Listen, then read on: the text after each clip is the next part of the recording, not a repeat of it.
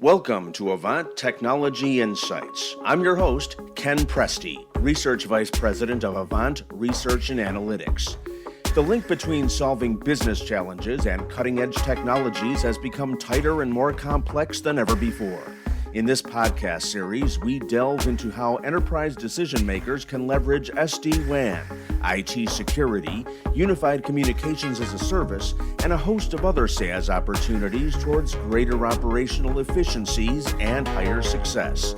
We bring you the foremost experts in their respective fields to help you understand and assess the opportunities at hand. So please buckle up and let's begin. Hi, I'm Ken Presti. Our guest today is passionate about an industry phenomenon that he describes as the trusted advisor movement. He and his company are doing everything possible to support that momentum and to build resources necessary to facilitate positive change in technology sales. He consults with clients and CEOs to help them to build strategies and evolve into more successful business leaders. We here at Avant know him as our president and co-founder. I'd like to welcome Drew Lydecker to Avant Technology Insights with Ken Presti. Okay, Drew, so in terms of trusted advisors, how did all this come to you in particular? I mean, we see it as part and parcel of the value proposition of Avant, but where did all this begin for you personally? I used to work for large carriers, and as much as you love to be a trusted advisor, working for a corporate company, selling specifically just that company, becoming a trusted advisor is basically impossible unless you start recommending your competitors in what you're not actually good at. And so once I found the channel, I realized what a real trusted advisor was, which was essentially solving business problems for companies through a massive ecosystem and searching for the best of the best for that particular problem. And I think it really hit home, almost 9 years ago, right after Avant was launched. I think I was doing an interview with channel partners, and I think I had mentioned that this is really the era of the trusted advisor based on the rate of change, which is, as we say here, the only constant today in technology. And truly, the trusted advisor is in the best position to be able to help with that rate of change, to be able to go out there and do things no IT staff could necessarily do on their own. And I think that name has kind of taken on a life of its own. But in all actuality, there's never been a better time to become a trusted advisor and plug into a platform like Avant to do things that very few people can do, but is so needed in our industry today. So Avant uses the term trusted advisor very vigorously. So the industry at large might look at these people as agents, sub-agents, VARs, integrators, or any number of variations on that same theme. Now, you began to touch upon it a moment ago, but how do you define a trusted advisor and what makes them different from all those other members of the channel? Trusted advisors are unique in the fact that they're agnostic. They're completely industry agnostic. And, what makes them so unique and powerful is that every business today has a problem. There are problems throughout the business, whether it's they've been running the same 10-year playbook and they're terminally ill and they don't even know it, meaning they've been doing the same thing that's kept them from evolving as a company. They don't have the time or resources to do research around the ever-changing market across so many different parts of their business. For the most part, IT staffs today have to do a lot with a little. Really the trusted advisor is there as an extension of their staff to be able to do the things that they can't do on their own. And then for trusted advisors to be plugged into this massive ecosystem through a company like Avant with as many resources as you could possibly imagine, with as much research and analytics as you could imagine, allows them to do their job, which is to agnostically help identify service providers and other companies that can solve for business problems. So it's interesting. I noticed that you used the word evolve. And I think That is something that really resonates in the tech industry today because of the speed at which things are going. Most of the customers, in fact, probably all of the customers, have something that they need to do as opposed to run their IT infrastructure. And I got to think it's difficult for them to keep up with the rate of change, the pace of change, and the complexity of change, most importantly. How does the trusted advisor fit into that evolution process? I mean, they spearhead it, right? And you're so true. I mean, it's virtually impossible. And I don't care how big of an IT staff you have. There are always holes. And to add to your team, which a trusted advisor, in my opinion, is very much an extension of the customer's team, they're out there doing the things that you don't necessarily want to have your team doing. They're identifying the service providers that exist. They're identifying their strengths, their weaknesses. They're identifying what they could do to help solve some of the problems that that particular organization is having. They're able to provide resources and analytics faster than any direct team could do on their own. And then they're giving their experience, which I think, in my opinion, the experience of the trusted advisor as well as the collective trusted advisor community is as powerful as anything there is today when it comes to making the right decision around IT. No, I've noticed you've begun using the term trusted advisor movement. So when I think of a movement, I think of social change, something that has caught on in a big way and is, typically causing society at large to think of that particular subject in a different and perhaps, getting back to that word again, a more evolved way. What is it that leads you to view the use of trusted advisors as a movement per se? Well, I think, it's a movement in so many different ways that's being realized every single day faster and faster by a collective audience that's getting bigger and bigger. So on one hand, you have the end customer, right? XYZ company has generally been dealing with maybe a VAR, maybe they've been dealing with other OEMs for a lot of their technology needs, but over their IT career, they didn't necessarily bring in a trusted advisor to help them identify sometimes service providers or other companies that maybe are under the radar, that are just emerging, that are doing things much differently than, the way that they've always been doing business, maybe with the big OEMs like, the IBMs and the AT&Ts and the other large companies. Maybe there's certain laser focused companies that can address a problem that business is having and do it in a way that no one else can do it.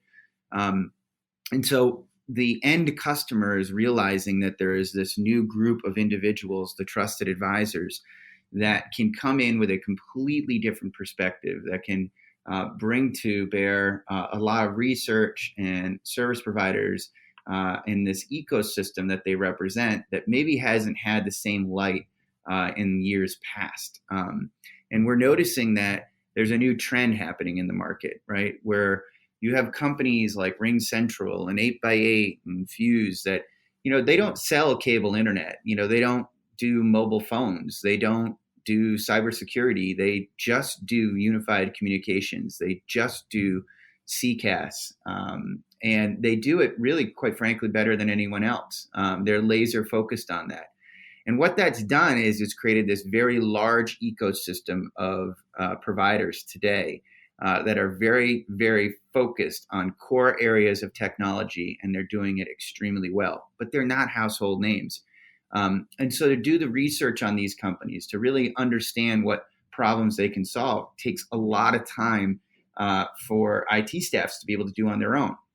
When I grew up in this industry, it was dominated by a handful of very big names, and you always felt comfortable doing business with them because, the old adage that, you'll never get fired for doing business with XYZ, I think has changed drastically. I think if you're not evolving and picking the best of the best for certain core areas of IT, then maybe you're not evolving fast enough. And that's where I often say, if you're still running the same old 10-year playbook, you're terminally ill and you don't know it. And so just like individuals, businesses need to evolve. and you need to use the best resources around you. Trusted advisors are armed unlike anyone else with hundreds of service providers and hundreds of people supporting them to make sure that they not only identify the right particular solutions, but they get it up and running. They're constantly with you. They're an extension of your IT staff. And so it's a movement because customers are realizing they need these people. It's a movement because direct sellers are kind of seeing their jobs change, right? To be a direct seller, you're kind of narrowly focused, as opposed to taking your selling skills and address business problems with a massive ecosystem. So that's becoming extremely attractive. And I think, we're seeing some of the top sales talent leave their corporate lives and become trusted advisors. We're seeing large VARs that have had embedded relationships for a long time embrace this agnostic advisor movement, specifically around OpEx type technologies. We're seeing consulting firms do the exact same thing, saying that once, we came in and we helped you maybe renegotiate contracts, or we told you why you needed to move from 365 to Gmail. But they were missing, the long tail of that particular relationship of finding the right service providers, getting them up and running, making sure it's doing all that they said it was going to do, and becoming that true extension of their IT staff, allowing for a much stickier relationship. So I think, it's happening from the selling world, meaning that they're identifying that the trusted advisor is the best place for them. I think customers, the end customers, are seeing that they need the trusted advisor movement. We saw this in our state of disruption report, where we had 300 IT decision makers say 82% of them will be using a trusted advisor going into the next year. So the need for these people have never been greater. And the rapid rate of change that we've talked about is only increasing that need more and more and more. So a lot of this comes down to, actually, the lion's share of it comes down to understanding what the customer needs and being loyal to that need in terms of meeting it, solving those problems. But what happens when, human nature kicks in at some point? So what happens when you're a sales guy who's this close to hitting his number, and if the customer goes one way, it's better for him, and if the customer goes the other way, it may be better for them? What advice do you have for those people in terms of resolving that inner conflict of what to do next? Well, I think, as a trusted advisor, and this is why, again, this is the golden era of it. They're not faced with those obstacles. I think the example you just gave me sounds like somebody at a direct, type of a relationship, a direct seller for a corporation who is trying to obtain a number, to meet a goal for their corporation. Whereas a trusted advisor, that's kind of thrown out the window. It's more about making sure their client has the absolute best service provider, best relationship possible, because it's for the longevity of that relationship. It's not for hitting a certain sales number. Interesting. So this kind of takes the whole concept of sales and really turns it on its ear in a certain respect, but I could also see how it would make it a lot more compelling to the end user. I think, sales is going through, a massive shift. I'm hesitant to say the direct selling model is dead. I think that there'll always be a need for a direct selling type of a person inside of companies, but I believe their interaction with what we call the channel, meaning working with the trusted advisor community, we're seeing that increase, month over month, year over year. But if you look at a lot of the massive disruptors today, the companies that are emerging out of nowhere and taking market share and disrupting industries, their go-to model is always coming back to the channel, because they realize that the channel and the trusted advisor movement, their number one goal is building incredible relationships with their clients. I think that's what is so compelling. If I was a decision maker in an IT organization working with a trusted advisor, I'd know that by working with them, they wouldn't be trying to jam something down my throat to make a number. They would be looking at the problems that I have and then identifying the right folks to solve those problems. And it wouldn't be just for today, it would be for a long period of time. And I think that's just such a compelling reason to jump into this trusted advisor movement, to be able to represent an industry as opposed to a single entity. Allows you to do so much more. It allows you to really be that thought leader, to challenge the status quo, and then ultimately be a big change maker inside an IT organization. And I think if you look at the portfolio that Avant has as and that we give to the trusted advisor community, it's not about changing like for like. It's about potentially changing a company the way they look, they feel internally, externally.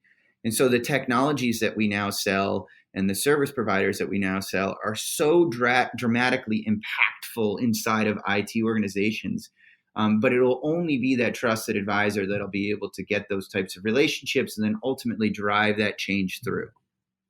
We have people that are both within the tech industry itself listening to this podcast. We also have, enterprise decision makers out there as well. When I put my enterprise decision maker hat on, and maybe I'm not the tech guy within my company, when I hear what you're saying, I can see that it would actually resonate in a lot of different directions too. I mean, you could be selling widgets and take this approach. You could be a doctor or a retailer or a manufacturer and take this sort of approach. How do you see this extending outward beyond our immediate industry? It's kind of a hard one to argue. It's a hard concept to argue with. When you're agnostic and you're studying the ins and the outs of an industry and each and every service provider or each and every company, and you're able to provide intelligence that puts you in, kind of what I like to call that 1%er, knowing 99% more than your peers, it puts you in a unique position to be dramatically impactful to companies. And I think that is the real reason that the trusted advisor movement is becoming bigger and bigger by the day. People are realizing that they're able to tap into this massive ecosystem, that they've got resources they never have dreamt of before, from marketing to engineering to tools to you name it, at their fingertips.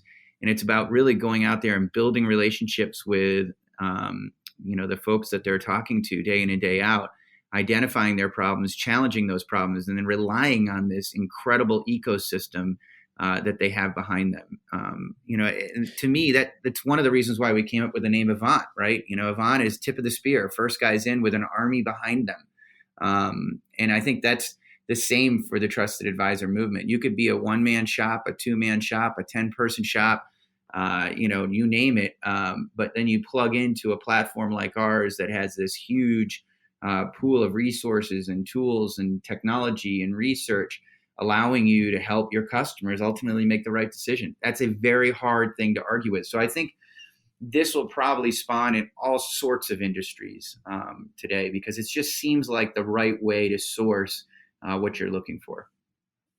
Okay, so I'd like to end these podcasts with our top 3 lists. So Drew, what would you say would be your top 3 list for companies that want to evolve into trusted advisors? What do they need to do differently? What do they need to think differently? Well, I think what you're getting at is what do the trusted advisors need to do differently? Well, what are the people that want to be trusted advisors who probably have been more locked into that carrying a bag, quota mentality, and now they're becoming more of a customer advocate? It requires certain things that they would have to do differently, and I think they also have to look at their customer in a slightly different way. What in your experience, what are the main things that they need to do to make that transition? Yeah, so I think the first thing anybody entering into this space needs to do, more than anything, is lose the fear. I think what's holding a majority back is still that fear of not working for a large corporation